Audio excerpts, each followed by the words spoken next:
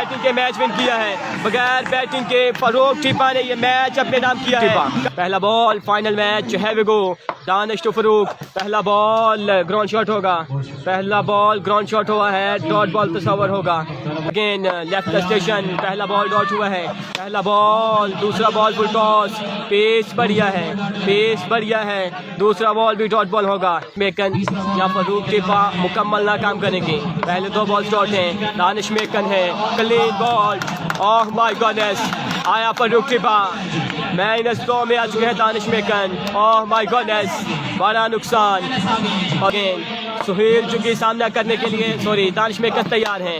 एक बार फिर से डॉट बॉल, 4 बॉलें -2 रन, 4 बॉल्स है -2 रन है।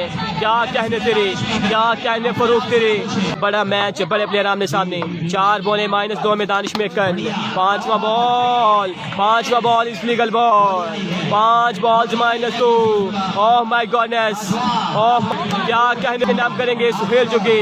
लास्ट बॉल मैच बॉल है, लास्ट बॉल डॉट बॉल, बगैर बैटिंग के मैच विन किया है, बगैर बैटिंग के फारूक टिपा ने ये मैच अपने नाम किया है। Congratulations, congratulations, you beauty Farooq टिपा।